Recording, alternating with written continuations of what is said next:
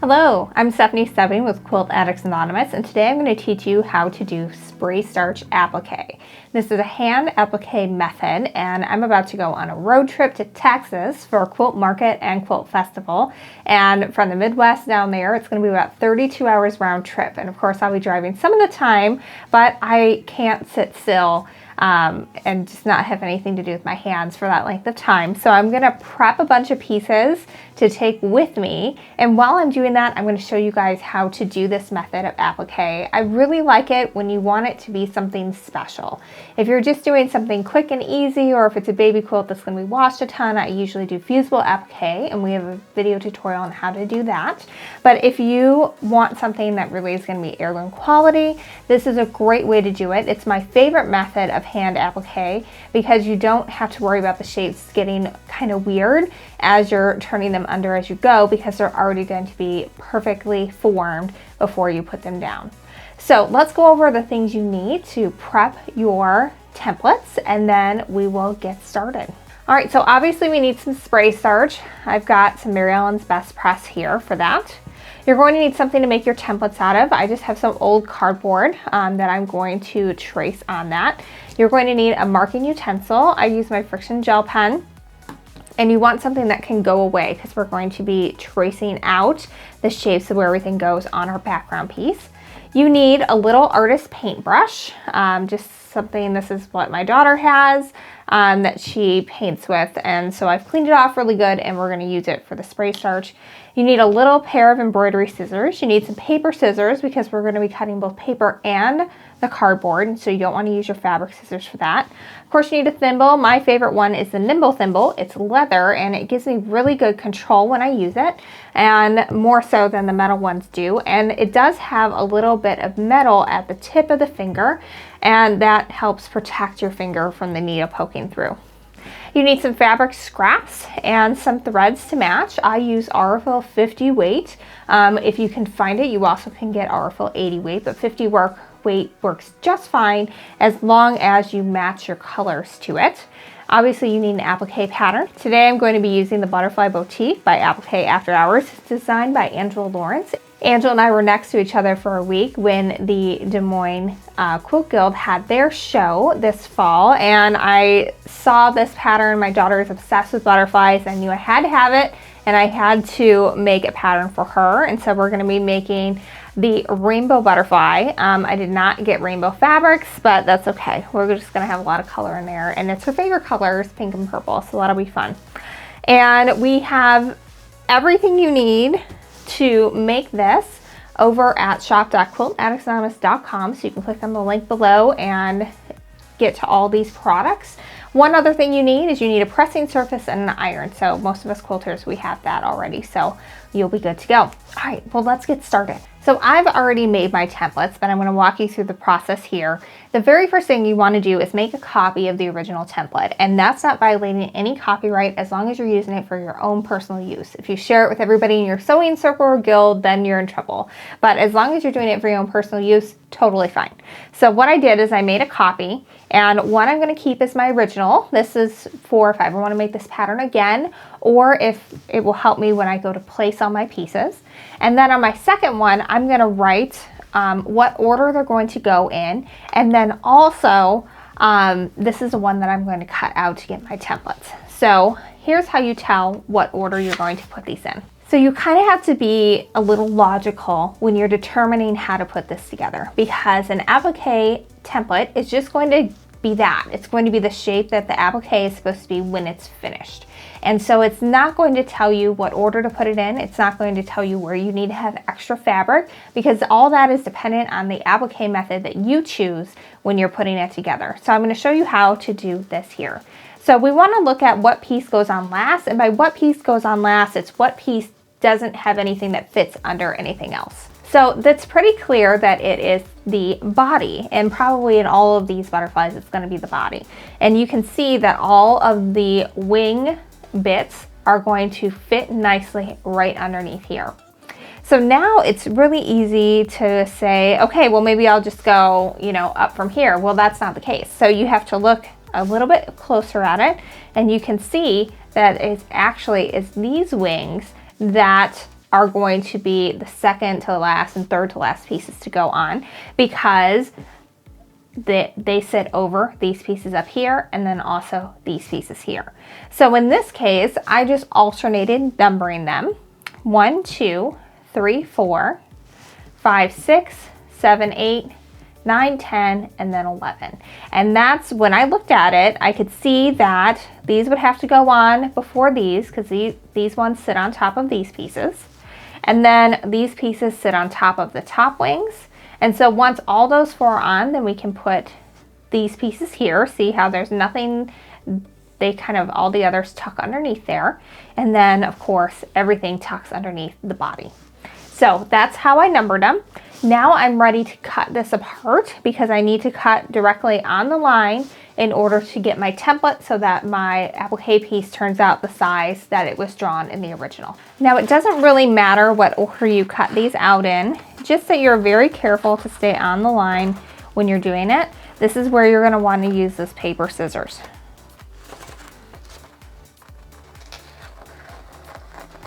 All right, so I've cut out the body, but I actually have already cut out all my pieces. So we'll move those over here so you can kind of see what those look like.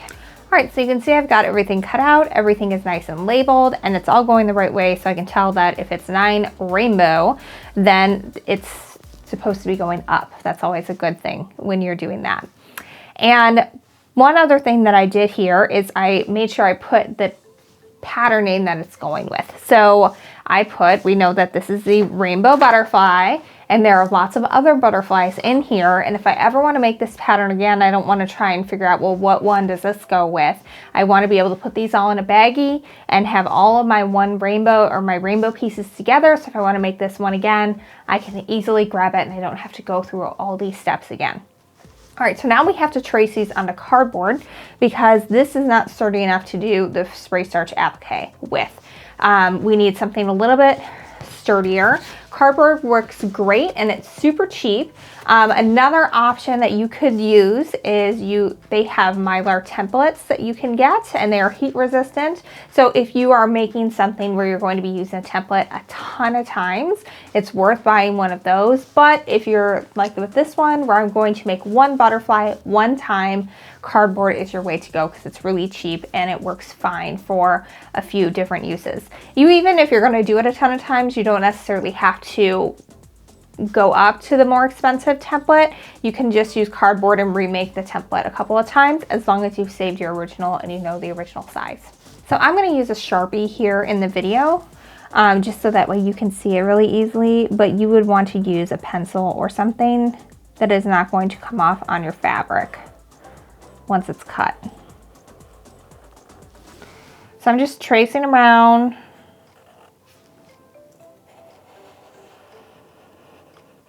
The piece. When I'm done, I'm going to lift it up. I'm going to number it 8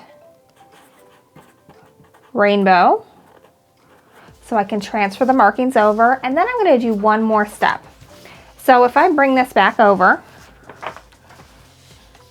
and I look, and this here is piece 8. So I can tell that on this side here and on this side here, I'm going to have the fabric underneath something else. So I need to know that, because I need to be able to leave some extra fabric there, so that way it's going to cut out. So what I do is I just sort of zigzag over the line like that. And that way when I cut it apart, I can really easily see what is the smooth edge that needs to be turned under and what is the part that needs to be left open, so that it can easily tuck under another piece of fabric. All right, so now we're just going to cut this piece out. And this is the reason why you really need to have paper scissors for this project. I'm bad. I use my fabric scissors for paper, but I will not use my fabric scissors for cardboard. I draw the line at that. That's a little too much intensity for your scissors. You need a separate designated pair. All right, so you can see we've got piece number 8 in rainbow, and we can tell by our zigzag markings that this is the part that needs to sit underneath something else, and that will make more sense when we get to the next bit. So I have my fabrics arranged in the order that I want to have them in the wings. So I'm going to have this be the body, and then I picked fabrics that coordinated with this for the different wings. So I'm going to have my polka dot, the orange and yellow paisley, the purple dot, the orange and pink damask, and then my grunge on the bottom. And I feel like they kind of balances each other out really well. We've got lots of fun color happening, and it's going to be a good combination of my scraps for the quilt. And so I'm going to start with this little one so you guys can kind of see how that works. So that means I need to pull this for my bottom two pieces over here. So the first thing I want to do is press this really well. I want it to be nice and flat, so that way my applique piece is nice and flat when it's all done. So I'm definitely using a lot of spray starch and a lot of heat here. Now with the wrong side of my fabric up, I'm going to lay my pieces out, and you can absolutely fussy cut these if you want it to be over a particular motif. You can do that. In this case, I'm just gonna go ahead, it's all the same, so I'm gonna put it all together. I'm trying to use the least amount of fabric as possible. And what I'm gonna do is I'm going to trace around this. And I probably needed a different marking tool for that. Let me find a chalk marking tool for this. All right, I've dug in the depths to find a nice chalk tool. This is actually supposed to be in something else, but it'll work for now. If I had my black friction gel pen with me, then this wouldn't be a problem and I could see it. This is why it's good to have a couple of different colors of marking tools, because you can't always see everything nicely. And the reason why I'm marking this first is to kind of give myself a guide, so that way when I'm cutting, I don't have to have this stiff template on, because I might make a mistake then and cut too much or too little. I just want to have a nice little guide that's not permanent that I can take a look at. So I've got that marked on the wrong side. Now I'm going to take my embroidery scissors and I'm going to cut about 1/4 inch away from that edge. When you're done with this, it kind of looks a little bit like Swiss cheese on your fabric. So you have to be okay with that you're going to have some waste when you do applique. All right, so I'm going to take the top off of my spray starch, and you really want a liquid starch or starch alternative to do this with, because you need to be able to dip your brush into it. So if it's one that you spray, you would have to first spray it out into a bowl and then dip your brush in. It just doesn't work as well. All right, so I'm going to take my artist brush and I'm going to just dip it in here. And then I'm going to paint the sides.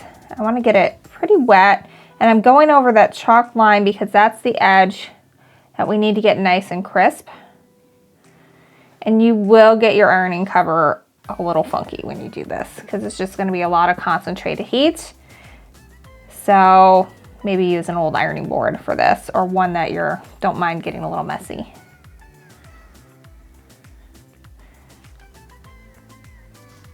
All right, I've got that pretty wet. You can see that it's pretty saturated there. Now with the template, so that the mark side is facing up toward me and the wrong side of the fabric facing up, I'm going to go ahead and fold that over. And now I'm just going to start working around. You're going to hear it sizzle a little bit as you go, but you want to press that down and get it really actually pretty dry. Do watch your fingers as you do this. It can be kind of easy to get yourself with this. I do make little irons that are specifically for applique. I find that I burn myself on those more than I do my big iron. You can see I have my squiggly lines here and then on this side. So actually this side here I need to leave nice and flat because that has to fit under another piece of fabric. All right, I'm gonna give this another good press from the other side. And I can see that I've got a little bit of a point here where I would rather it not be. So I'm gonna go in from the other side here and I'm just gonna smooth that out a little bit. So I want to do that now because it's gonna be pretty hard to fix it later. The goal is basically you don't wanna have any little sharp points going around the edges. For this one, whatever finish is on the grunge is making it a little bit challenging. So I'm going to go ahead and give it a little bit more spray starch to help me get that super, super flat. This is why the templates can get a little funky after you use them a little while, and that you don't always want to reuse them a ton of times. Oh, hear that sizzle. Let's give it one more press from this side. So now piece 2 is ready to go. I'll show you kind of how that fits in there. So you can see that it fits nicely in the curve. And then there also is a little bit extra for where piece 2 has to fit underneath a few other pieces. So now I'm going to repeat that for all my other wings, and then I'll show you how to do the body as well.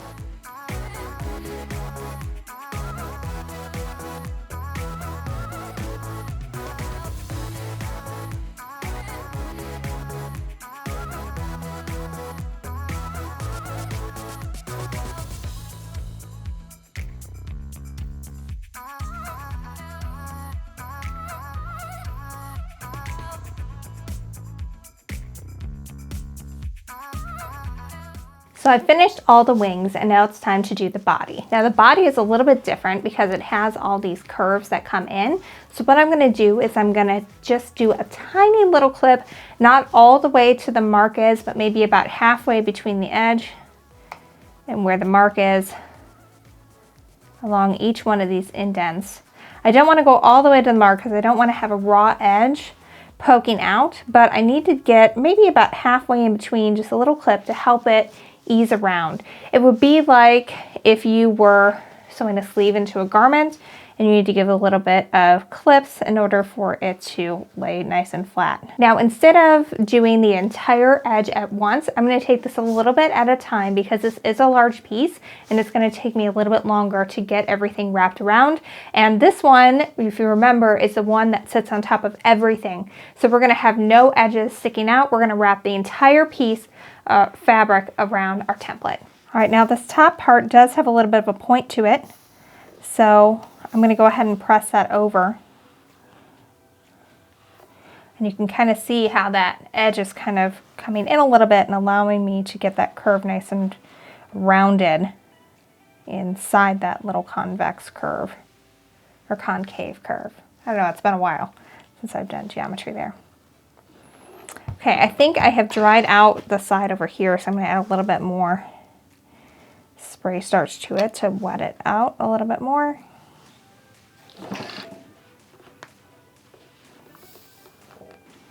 All right, now I'm going to go and do down the bottom side and just do 1 or 2 the body segments at a time.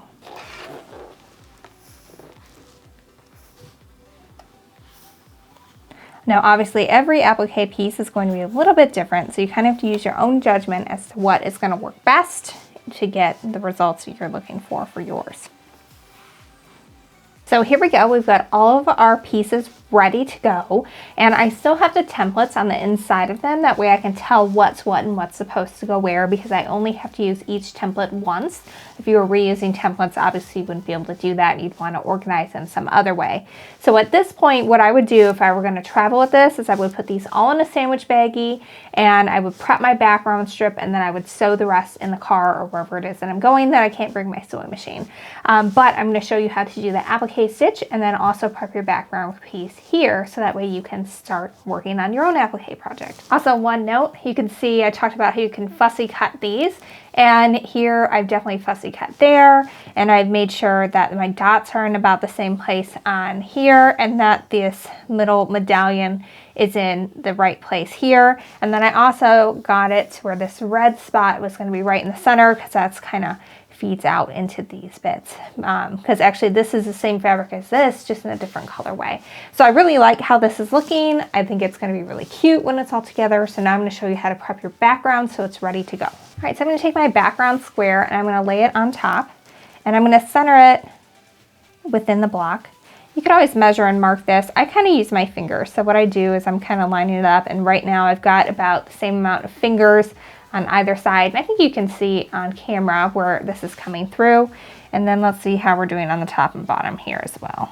Yeah, it's about equal distance as well there. So I'm good with this. So now that I'm good with the placement of it, now I'm going to trace out these lines using my friction gel pen. And this does go away with heat.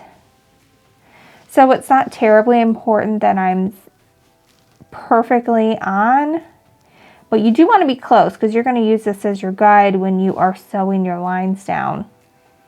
One note about these, they do go away with the heat of the iron. They also go away with the heat of your car. So if you're traveling during hot summer months, these might go away if you leave them in the car. So if you're traveling and doing applique, just be conscious of that you may need to retrace some lines if you leave it in the hot car for too long. Even though I'm not going to be doing the antennas with fabric, I'm going to do that with some embroidery. I do want to mark the lines of that. All right, so we're going to start with piece number 1, and I want to use the thread color that I have that most closely matches. If you're not like perfect on it, that's okay. You just don't want it to be too far off. So I've got a length thread that's from my fingertips to my elbow. Go ahead and snip that. Then I'm going to open out my pack of applique needles. These are a little bit thinner and definitely more bendable than the others, so you don't want to be too rough with them. And the eye is pretty tiny. Now we're going to do a quilter's knot here. What I'm going to do is I'm going to lay, I've got my needle pointing to the right here, and I'm going to lay my thread so that the other end is pointing to the left. I'm going to pinch those two together. I'm going to bring it around 3 times towards me, wrap that around the needle, and then I pull it down so that I'm pinching the knot in between my thumb and forefinger.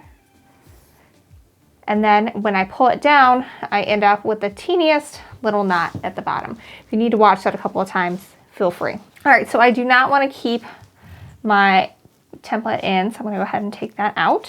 There's lots of ways you can keep this in place. You can use glue, you can use pins. I'm just going to use my same flower head pins that I use on everything. And once I have it lined up over that piece 1 spot, just going to put my pin in to kind of hold that in place. All right, now I'm going to start sewing back here, and you can see it comes over onto the body quite a bit, and that's okay. And I'm going to come from the back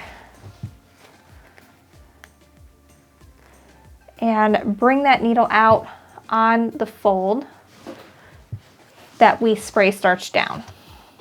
And it's going to hold that fold in place because that spray starch is serious business. It's all going to stay in the same spot.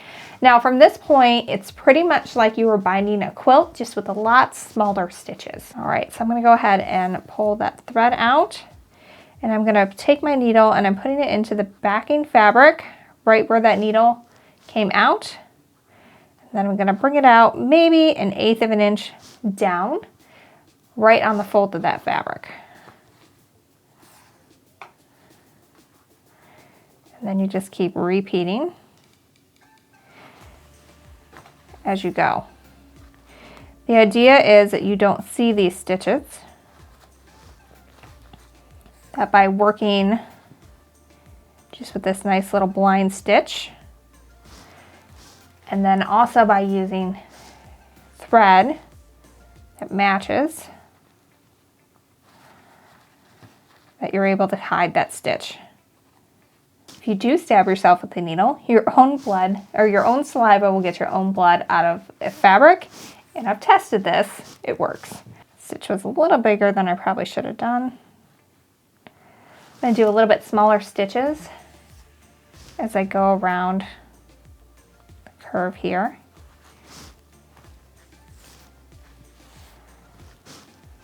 All right, so I have reached the last bit that's going to show. Now everything else is raw edge, and we're going to leave it that way because we're going to cover it over with other pieces of fabric. So what I'm going to do now is I'm going to put my needle in to the back, right where I pulled it out last. And you should see you've got that nice stitching line. It shows where your first butterfly leaf was. And pull it all the way to the back. And then making sure it's underneath the piece that we just were at, you're just going to stitch into the backing fabric, that background. You're going to do 3 tiny little stitches.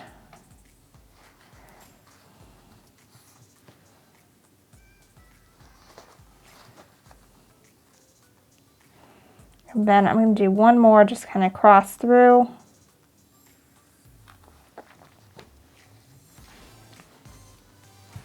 All right, now I'm going to cut it.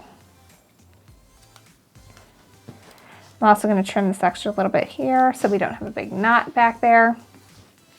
And now our first little petal is secure. All right, so I'm going to go ahead and do the other side here, and then we're going to switch and I'm going to show you how to do this part because we have to sew through the other half. All right, so I've already lined up and started stitching the first of my dark pieces, and you can see I've got it lined up at the bottom here, and if you were to pull this up, you would see that it's also in line with the edge there as well. I'm going to go ahead and put that pin back in. Now, here's the key point when you start stitching ones that are going through not just the background fabric, but also the backing as well. When you flip it over, you should be able to see this line of orange stitching. That's the latest piece that I'm putting on. It should be going through all the layers, both the background and the piece that's in between it. So it's the same exact process. Go ahead and put that needle in right by where that thread came out. Move over about 1/8 of an inch or so. And you can see I've got my needle going through all the layers.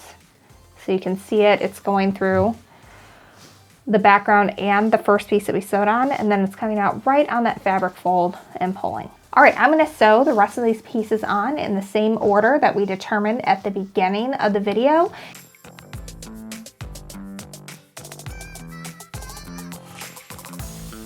All right, so I finished sewing together all of my spray starch applique. I really love how this turned out, and so does my daughter. She has already wrapped up a little mini unicorn in this, so I think she's gonna love it when the entire quilt is complete.